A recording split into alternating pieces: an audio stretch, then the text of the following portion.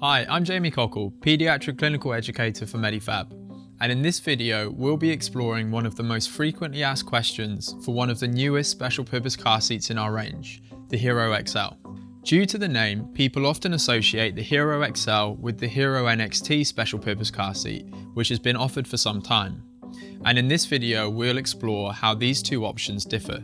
As both seats are named Hero, this can lead to some confusion as to how these products are connected, when in fact they're very different in design, installation and function. Perhaps the only similarity to note about the two products is that they can both support children to travel rear-facing in the vehicle, alongside some similarities in the accessories available. The Hero-XL is a larger rear-facing seat, with a weight capacity of 36 kilograms and a maximum user height of 125 centimeters, compared to the weight capacity of the Hero-NXT, which is only 18 kilos. With this additional weight capacity comes a significant increase in size and overall growth for the Hero-XL compared to the Hero-NXT. The Hero-XL does not come with a swivel base, and there is no option to add one.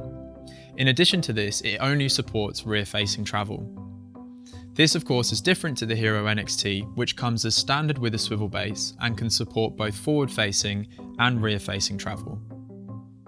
One final key difference to highlight is the way these two products install into a vehicle. The Hero-XL does not require Isofix points in the vehicle for correct installation, as it doesn't use them. In addition to this, the Hero-XL uses the vehicle seatbelt for correct installation. Both of these installation considerations make the Hero-XL quite different to the NXT when it comes to fitting it into a vehicle.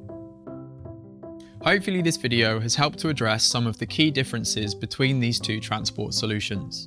And whilst this is not an exhaustive list of the differences, these are some of the key considerations when trying to decide which option may be the most suitable for your child or for a child that you work with.